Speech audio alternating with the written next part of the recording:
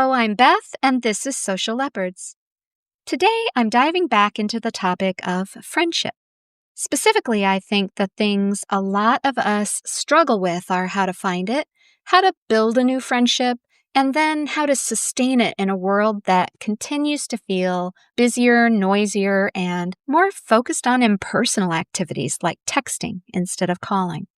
For me, I'm starting to place the topic of making new friends as an adult into the category of not for the faint of heart. Somewhere between career shifts, family stuff, and remembering to schedule our own dentist appointments, the spontaneous friend-making magic that happened when we were children, that seems to have slipped away completely. Suddenly, let's hang out requires a shared Google Calendar and a 2-week lead time. But even in the middle of that, the hunger for connection doesn't completely go away, for most of us at least. It just changes shape. I mean, if you're an introvert, perhaps texting is just the right amount of social interaction. But for others, I think we're looking for a little more face-to-face time. And mindfulness may be one of the answers. Mindfulness at its heart is about presence. It's about being where your feet are, being aware of what's happening around you and inside you.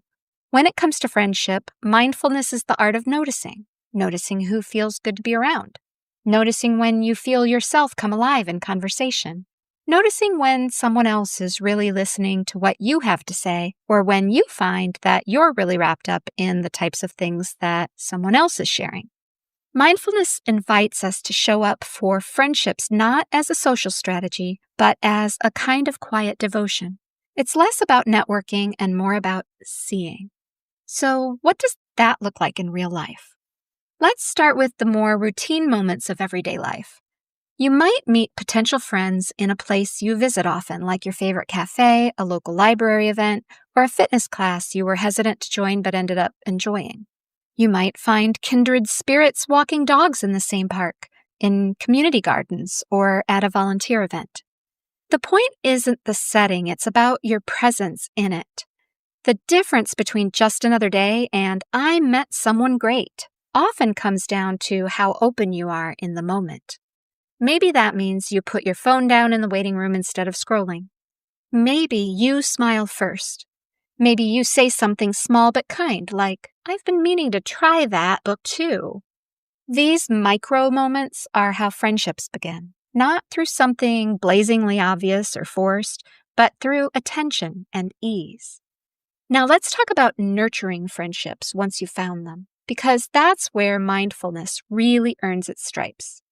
A mindful friendship isn't about constant contact or perfectly timed replies. It's about showing up with intention when you can.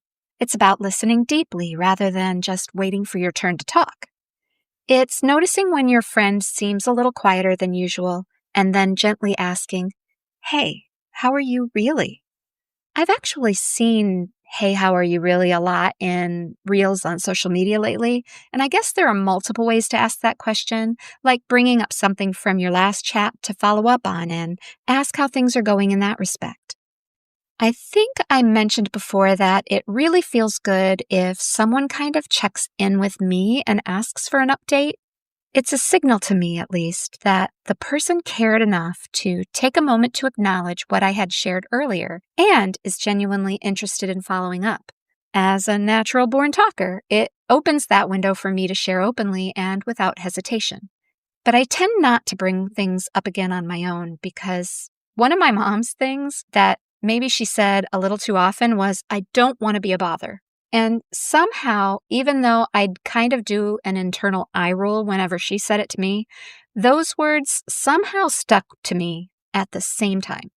Sometimes I do find myself equating oversharing with being bothersome to others.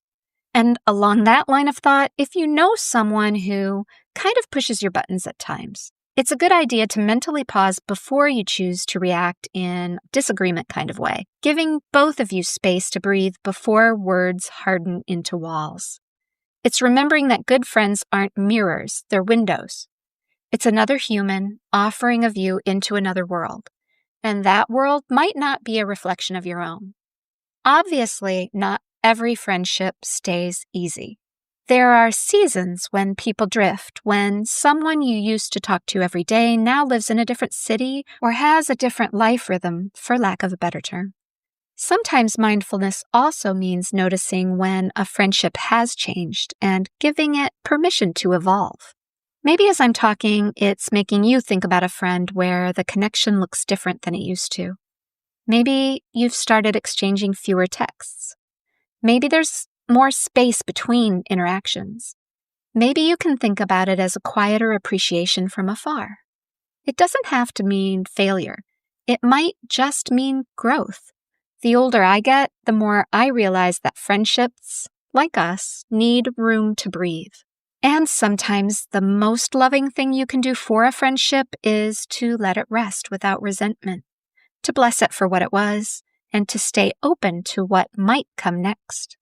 If you're in a season where you're craving connection, maybe you've moved somewhere new or you've outgrown some circles that no longer fit, here are a few gentle ways to start building again.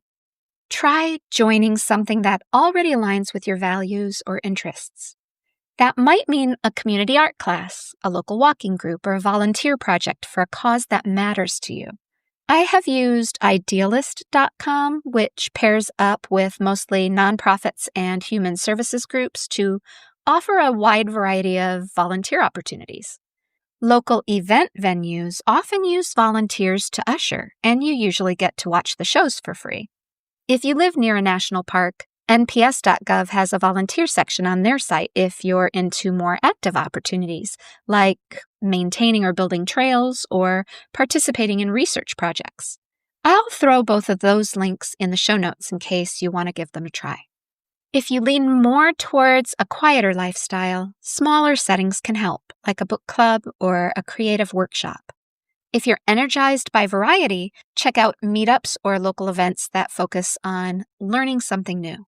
And don't underestimate the quiet friendship potential of third places, those spots between work and home where community naturally happens. That's places like coffee shops, farmers markets, yoga studios, dog parks, neighborhood gardens. They're all ripe for connection when you approach them with curiosity instead of an agenda. While we're here, let's talk about something that doesn't get said enough. Healthy friendships require self-awareness. The kind that says, I want connection, but I also want to be someone worth connecting with. That means noticing your own patterns, like whether you disappear when life gets busy or expect emotional availability from others when you're running on empty yourself. Mindfulness asks us to take responsibility for our own emotional state so we can meet friends as equals, not as rescuers or as projects. When you show up as your whole self, honest, flawed, funny, learning, you give your friends permission to do the same. That's where the real belonging begins. One more thing about building friendships in adulthood. It takes time, a lot of it. The speed of trust is slow, but slow doesn't mean impossible. It just means intentional. The best friendships grow like perennials, not fireworks. You plant the seeds, a small gesture, an invitation, a shared laugh, and over time roots form beneath the surface, sometimes quietly, almost invisibly. And yes, not every friendship will last forever, or even beyond the current season. But each one offers something, a shared lesson, a moment of laughter, a feeling of being understood. That's enough to be grateful for.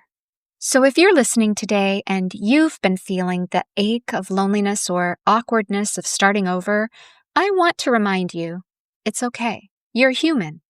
We're all out here figuring it out, one hello, one coffee chat, or one quiet act of attention at a time. Friendship isn't about collecting people. It's about cultivating presence in yourself first and then with others. And maybe that's the most mindful act of all. Thanks for spending time with me today. If this episode resonated with you, consider sharing it with a friend or maybe someone who might become one. Until next time, keep trying to keep the flicker of friendship glowing. Take care.